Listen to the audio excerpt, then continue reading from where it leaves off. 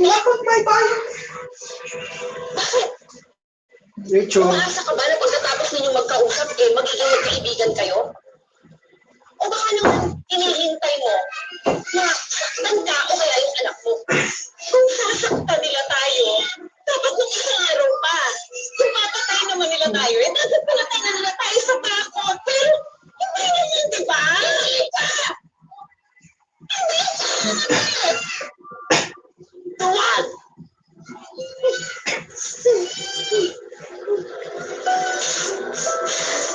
Ako ba ang duwag?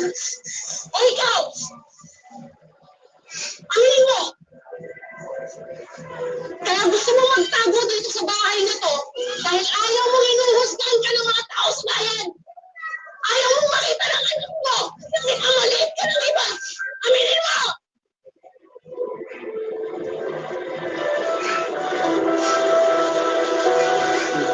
Pero ate nanay ka. Dapat lahat kaya mo para sa anak mo. Hindi yung magtatago ka dito kasama yung mga multo.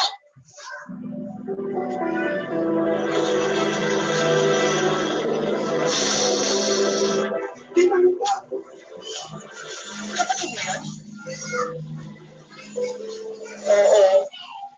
Pero, narinig ko kalaro ng anak mo doon sa bahay mo.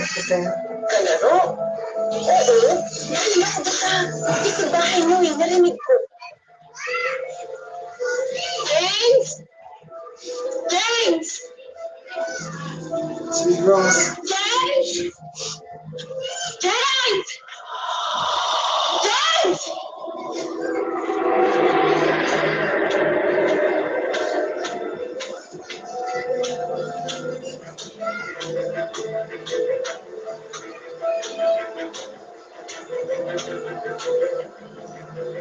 James!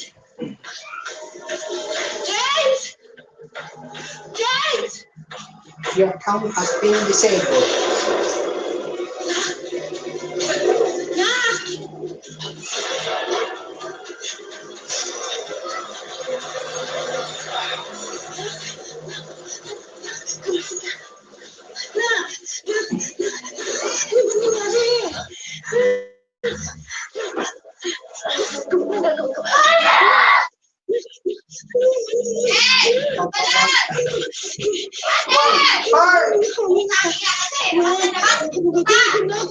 Ano ba nangyari?